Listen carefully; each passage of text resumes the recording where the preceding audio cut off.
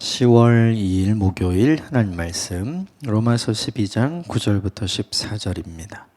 함께 교독하겠습니다. 사랑에는 거짓이 없나니 악을 미워하고 선에 속하라. 형제를 사랑하여 서로 우애하고 존경하기를 서로 먼저 하며 부지런하여 게으르지 말고 열심을 품고 주를 섬기라. 소망 중에 즐거워하며 환난 중에 참으며 기도에 항상 힘쓰며 성도에 쓸 것을 공급하며 손 대접하기를 힘쓰라. 너희를 박해하는 자를 축복하라. 축복하고 저주하지 말라. 아멘. 이것은 하나님의 말씀입니다. 12장 어제 본문부터 성도와 교회가 이제 어떻게 구체적으로 성도와 교회로 살아가야 되는지, 어떻게 행해야 되는지 구체적인 내용을 이야기하는 실천편의 이야기가 나오고 있죠. 오늘도 몇 가지가 나옵니다. 좀 살펴보면서 우리에게 적용해 보겠습니다. 먼저 9절입니다. 9절 시작. 사랑에는 거짓이 없나니 악을 미워하고 선에 속하라. 사랑에는 그렇죠. 거짓이 없죠. 거짓 사랑은 사랑이 아니니까요. 그리고 악을 미워하고 선에 속하라. 결국 악을 사랑하는 것처럼 보이는 사람, 선에 속하지 않는 사람이 있기 때문이고, 거짓으로 사랑하는 것처럼 사람들에게 보이려는 사람이 있었다는 거죠. 만약에 그게 없었다면 이걸 이야기하지 않았겠죠. 성도와 교회로서 서로가 서로를 대할 때 거짓 사랑이 어디에 있었는가? 교회 안에서요. 그러니까 교회 안에서는 서로 사랑하는 것처럼, 그러나 교회 바깥에서는 다시 서로 원수가 되는 그런 일들이 성도들 사이에 있었던 거죠. 교회 안에서는 선에 속한 자인 것처럼, 그런데 교회 밖에서는 일상으로 돌아가서 악에 속한 사람으로 사는 사람들이 있었던 거죠. 그러니까 교회 안에서의 모습과 교회 바깥에서의 모습이 다른 사람이 있었던 거예요. 근데 이게 요즘도 똑같죠. 우리가 그렇잖아요. 교회 안에서의 우리의 모습과 교회 바깥에서의 우리의 모습이 다르죠. 그러니까 어떻게 우리가 살아가야 하는가? 교회 안에서의 모습과 교회 바깥에서의 모습이 비슷하도록 만들어 가야 한다. 이걸 지금 하나님께서 바울을 통해 이야기해 주는 거죠. 그래서 이제 구체적인 예가 나와요. 10절 같이 읽읍시다. 시작. 형제를 사랑하여 서로 우애하고 존경하기를 서로 먼저 하며. 여기 보면 형제라고 되어 있잖아요. 거기에 뭔가 표시를 해 주십시오. 로마 교회를 구성하는 대표적인 두 부류의 사람이 유대인 그리스도인과 이방인 그리스도인이죠. 유대인 그리스도인, 이방인 그리스도인은 서로 형제가 아니에요. 근데 예수 그리스도의 은혜 때문에 모두 다 하나님의 자녀가 되죠. 하나님의 똑같은 죄사함의 은혜를 입죠. 그리고 똑같이 하나님 나라의 시민이 돼요. 그래서 서로가 서로를 가족으로 여기고 형제로 여길 수 있는 관계가 되는 거죠. 근데 그건 좀 우리의 이상적인, 그리고 지식으로 아는, 이성으로 아는 영역이 그렇고 실제는 그렇지가 않았던 거예요. 우리도 다 마찬가지인 거죠. 당시 구성원들 중에는 이런 것도 있어요. 교회 안에서는 형제지만 원래 삶의 현장으로 돌아가면 주인과 종의 관계를 가진 사람이 되게 많았어요. 이런 거는 그 한국 교회의 초창기에도 비슷한 일이 생겼죠. 양반이 회심을 하고 예수를 믿고 교회를 나오기 시작하면 그 집의 하솔들도 자연스럽게 그렇게 하게 됐거든요. 그런데 교회 가면 다 형제죠. 그래서 집에 돌아오면 주인과 종이 되거든요. 그러니까 이런 일들은 이 본문의 시대에만 있었던 게 아니라 실제로 한국교회 초창기에도 존재했던 거죠. 근데 처음에는 은혜 받았을 때 그렇게 사랑하는 게 가능하죠. 그런데 시간이 지나면서 점차 그 은혜가 옅어지면서 이렇게 계속해서 사랑하는 게 어려웠던 거죠. 가장 큰 문제는 이거예요. 10절에 보면 서로 먼저 하며 라고 돼 있잖아요. 거기 뭔가 표시를 해주시면 네가 먼저 그렇게 하면 내가 그렇게 해주겠다. 이 마음을 서로 갖고 있는 거예요. 네. 이방인 그리스도인들이 유대인 그리스도인들에게 잘하면 나도 잘할게. 이 마음 갖고 있었던 거고, 주인인 그리스도인들이 종된 그리스도인들에게 니들이 잘하면 나도 잘할게. 이런 생각을 갖고 있고, 반대도 마찬가지인 거죠. 그러니까 교회 안에서는 표면적으로는 평화롭게 보이지만 사실은 교회 밖으로 나가면 언제든지 그게 불화의 씨가 될 수 있는 가능성이 늘 존재했던 거예요. 근데 그것을 깨는 방법으로 뭐라고 얘기하냐면 서로 먼저 해라. 우리는 다 네가 먼저 해라. 이렇게 이야기하잖아요. 그런데 하나님께서 뭐라고 얘기하냐면 네가 먼저 해라. 그가 먼저 하기를 바라지 말고 네가 먼저 해라. 여기서 생각나는 말씀이 있죠. 남에게 대접을 받고자 하는 대로 네가 남을 대접하라. 예수님께서 가르쳐 주신 황금률이잖아요. 그러니까 예수님은 항상 그들이 아니라 내가 먼저 변해야 된다. 내가 먼저 실행해야 된다. 내가 먼저 순종해야 된다. 이걸 강조하셨거든요. 그걸 다 모르느냐 알아요. 그런데 그게 잘 안 되는 거죠. 10절의 말씀을 우리에게 좀 적용을 해본다면 중요한 거죠. 내가 먼저 하겠습니다. 내가 먼저 따르겠습니다. 내가 먼저 순종하겠습니다. 이게 쉬운 일은 아니에요. 보통 우리가 하기 싫어하는 일이기 때문에. 그런데 이 일을 주님께서 우리에게 원하시는 거죠. 이거 한번 곰곰이 생각해보고 우리에게 적용할 문제인 것 같아요. 11절 같이 읽읍시다. 시작. 부지런하여 게으르지 말고 열심을 품고 주를 섬기라. 여기 보면 부지런히 주를 섬기라, 열심히 주를 섬기라 이렇게 볼 수 있죠. 그럼 되게 중요한 게 로마 교회 안에서 로마 교회의 성도들이 주님을 섬긴다는 게 무슨 말일까? 이 당시 로마에 주님이 안 계시잖아요. 주님 부활하시고 40일간 제자들과 함께 계셨다가 그리고 승천하셨잖아요. 그러니까 보이지 않는 주님을 섬긴다는 말이 이 로마 교회의 성도들에게 무슨 말인가? 이걸 생각하는 게 되게 중요하죠. 마태복음 25장 40절에 보면 예수님이 그런 말씀하시죠. 지극히 작은 자 한 사람에게 한 것이 곧 나에게 한 것이다. 그러면 로마 교회의 성도들이 주님을 섬긴다는 건 뭐 어떤 뜻이에요? 로마 교회를 구성하고 있는 사람들 중에 지극히 작다고 여겨지는 사람, 그 사람을 선대하고 그 사람을 돌보고 그 사람을 아끼고 그 사람을 품고 사랑하는 것.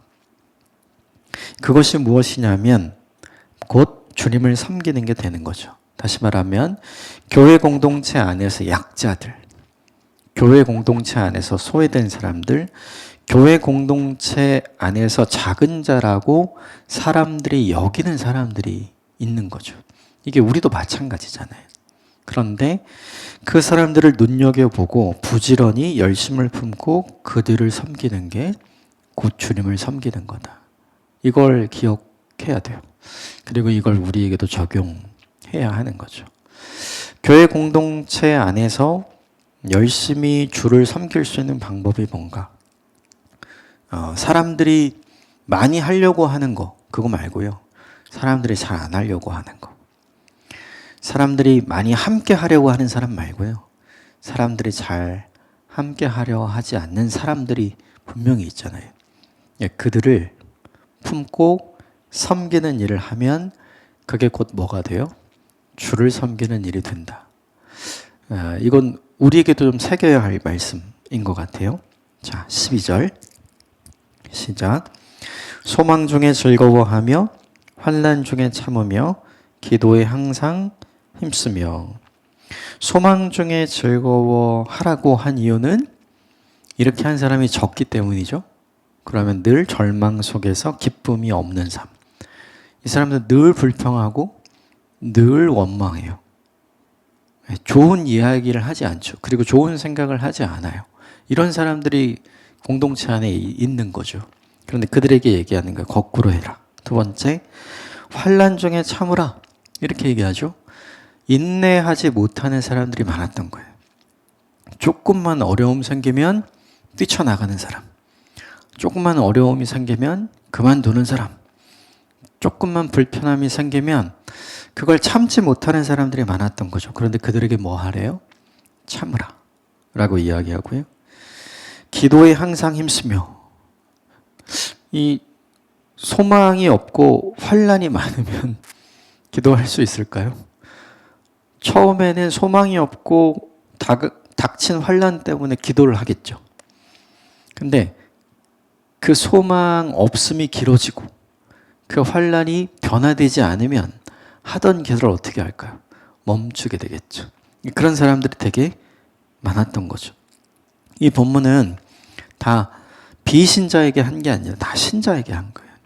신자지만 늘 절망 속에서 기쁨이 없고 안 좋은 것만 보는 사람, 생각하는 사람이 있고, 신자지만 어려움을 참지 못하는 사람이 있고, 신자지만 기도하다가 기도를 멈춘 사람이 있다는 거죠.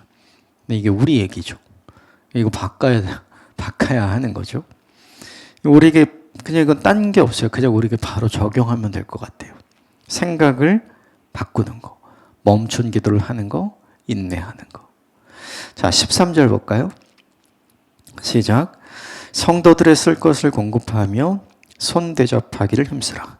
자, 소망이 없어요. 절망만 있고요. 환난이 길어지고 그리고 기도를 멈췄어요. 그러면 누구만 생각하게 될까요? 자기만 생각하게 됩니다. 왜요? 자기가 제일 불쌍한 사람이거든요. 자기 연민에 빠지는 거예요. 자기 연민에 빠지면 자기를 제일 불쌍하게 여기면 생기는 게 뭐냐면 자기 주변에 있는 사람들을 보지 못해요. 자기 주변에 있는 사람을 돕거나 자기 주변에 있는 사람들을 대접하지 못하는 거죠. 그런데 그렇게 하지 말라는 거예요. 왜 그런가? 이유가 있죠. 너는 제일 불쌍한 사람이 아니다. 이게 주님의 관점이에요. 나만 그렇게 생각하는 거죠. 주님이 우리를 불쌍히 여기지 않으시는데 우리는 나를 불쌍히 여기는 거예요. 여러분 이걸 잘 생각해 봐야 돼요. 여리고에 살았던 시각장애인이었던 바디메오가, 그죠? 예수님께 주님 나를 불쌍히 여겨주십시오. 자기 불쌍한 사람이니까. 그런데 예수님이 그와 대화를 하시잖아요. 예수님 제일 먼저 물어본 게 뭐냐 하면 내가 너에게 뭘 해줄까? 지금 바디메오가 불쌍히 여겨달라고 얘기했고 시각장애 오니까 예수님에게 갈 때 똑바로 못 갔을 거 아니에요. 그러면 당연히 예수님이 알아서 해줘야 되는 거 아니에요? 얘가 뭐가 필요한지 잘 아시잖아요. 근데 예수님이 알아서 해주지 않고 그에게 묻습니다. 뭘 해줄까? 그랬더니 그가 이렇게 얘기합니다. 주여 보기를 원합니다. 이렇게 이야기를 하는 거죠. 그때 예수님이 뭐라고 얘기했냐면 내 믿음이 너를 구원하였다. 이렇게 얘기합니다.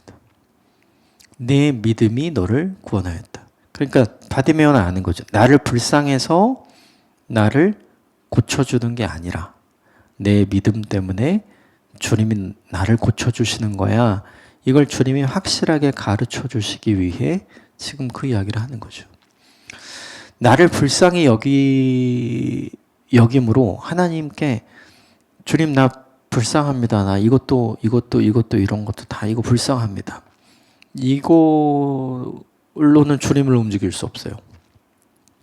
그럼에도 불구하고 믿음이 있는 나. 그럼에도 불구하고 주님 앞으로 나아가는 나. 우리의 믿음 때문에 주님이 내게 필요한 것에 응답해 주시는 거니까 되게 중요한 게 이 상태에 빠지면 안 되는 거죠. 나를 불쌍히 여기는 것은 주님을 못 보게 할 뿐만 아니라 우리의 믿음을 주님 앞에 보여드리지 못하게 하는 거죠. 그래서 끊임없이 나 이렇게 하게 돼요. 근데 그것은 이기적인 신앙인을 만들어내는 방법이죠. 이기적인 신앙은 어쩌면 불신보다 나빠요. 왜냐하면 이기적인 신앙은 그 이기적인 신앙을 통해서 뭘 만들어내냐면 나는 저렇게 믿을 거면 안 믿을 거야. 불신자를 양산해내는 불의의 병기로 쓰임받거든요. 그러니까 더 문제가 있는 거죠. 그래서 이 본문이 우리에게 중요한 게 뭐냐면 나만 생각하는 사람이 되지 마라. 나만 제일 불쌍하다고 생각하는 사람 되지 말아라. 주님이 우리를 그렇게 생각하지 않으시기 때문에 오히려 우리의 믿음을 보여드릴 기회가 되는 거죠. 그러면 바디메오에게 응답하셨던 것처럼 그렇죠. 우리에게 필요한 것에 응답하시는 하나님을 만나게 되는 거죠. 근데 중요한 건 그럼에도 불구하고 나를 보지 않고 성도들을 보고 나의 필요를 채우는 게 아니라 그들의 필요를 채우는 사람이라면 주님의 기쁨과 자랑이 되지 않을까요? 주님이 책임져 주시는 인생이 되지 않을까요? 이거 하기 참 어려운 일 같아요. 그런데 우리는 흔히 이렇게 이야기하죠. 네 앞가림도 못하면서 왜 남을 생각하냐 이렇게 이야기하잖아요. 우리는 철저하게 이기적인 신앙을 갖는 걸 되게 자연스러운 일, 응당해야 되는 일이라고 생각하는 것 같아요. 그러나 잘 생각해 봐야 돼요. 예수 그리스도의 십자가는 이기적이지 않습니다. 하나님의 은혜도 이기적이지 않아요. 그러므로 이 본문도 우리에게 좀 생각하고 적용해 봐야죠. 마지막 14절 같이 보면 너희를 박해하는 자를 축복하라. 축복하고 저주하지 말라. 여기 너희를 박해하는 자, 구체적으로는 이 당시에 로마의 박해가 있었고 또 하나는 믿지 않는 유대인, 그러니까 비그리스도인인데 유대인인 사람들, 이 사람들의 박해가 실존했었어요. 이 두 가지의 박해는 대부분의 도시에 살고 있었던, 지역에 살고 있었던 모든 그리스도인들이 다 받았던 거죠. 그런데 뭐라고 얘기를 하냐면 그들을 축복하래요. 저주하지 말라고 이야기하는 거죠. 이거는 할 수 없는 일일까요? 하기 싫은 일일까요? 할 수 없는 일이 아니라 하기 싫은 일이죠. 왜냐하면 당한 게 있잖아요. 그렇죠? 하나님, 우리 그런 생각 하잖아요. 하나님 뭐 하시나? 저런 것들 왜 그냥 두시나? 이런 생각 많이 하잖아요. 그런데 하나님께서 그렇게 하지 말고 그들을 축복하라. 저주하지 말라. 이렇게 이야기하죠. 나중에 이제 뒤에 나오지만, 다음 주 본문에 나오지만, 원수 갚는 것이 나에게 있으니까 내게 맡겨라. 너는 그들과 똑같이 하지 말라. 이제 이런 말씀 구체적으로 하죠. 이 본문의 말씀은 하기 어려운 말씀이 아니라 하기 싫은 말씀. 하나님은 우리에게 할 수 없는 건 안 시켜요. 그러나 하기 싫은 거는 반드시 시킵니다. 그게 우리의 믿음과 순종을 테스트하는 리트머스 시험지가 되기 때문이죠. 그러므로 이 본문을 좀 곰곰이 생각해 봐야 합니다. 결국 로마는 기독교 신앙을 받아들이잖아요. 어떻게 로마가 기독교 신앙을 받아들이게 됐는가? 박해받고 핍박받던 그리스도인들이 그들을 저주하고 또 그들에게 복수해서 그렇게 된 건가? 그렇지 않죠. 참아내고 인내하고 축복하고 그리고 기도했죠. 그리고 그들을 섬겼죠. 그래서 바뀌게 되잖아요. 생각해보면 단기적으로 보면 갚아주는 건 우리가 시원한 거예요. 그런데 궁극적 변화는 만들어내지 못하죠. 그러나 답답한 거, 갚지 않고 오히려 축복하고 저주하지 않는 이것은 우리 입장에서 되게 답답해요. 그런데 장기적으로 보면 그 일을 통해서 하나님은 그들을 오히려 변화시키죠. 그러면 이렇게 하는 게 하나님 편에서는 의의 병기로 쓰임받는 방식이 되는 거죠. 우리가 해야 할 일은 그것을 인정하고 그대로 해보느냐, 그것을 인정하지 않고 버티느냐인 것 같아요. 후자가 되는 것보다는 전자가 되는 게 좋은 일이라는 걸 역사를 통해 우리는 잘 알고 있지만 이게 내 문제가 되면 되게 어려운 일 같거든요. 그러나 오늘은 한번 도전해보고 실천해보고 적용해봤으면 좋겠습니다. 함께 기도하겠습니다.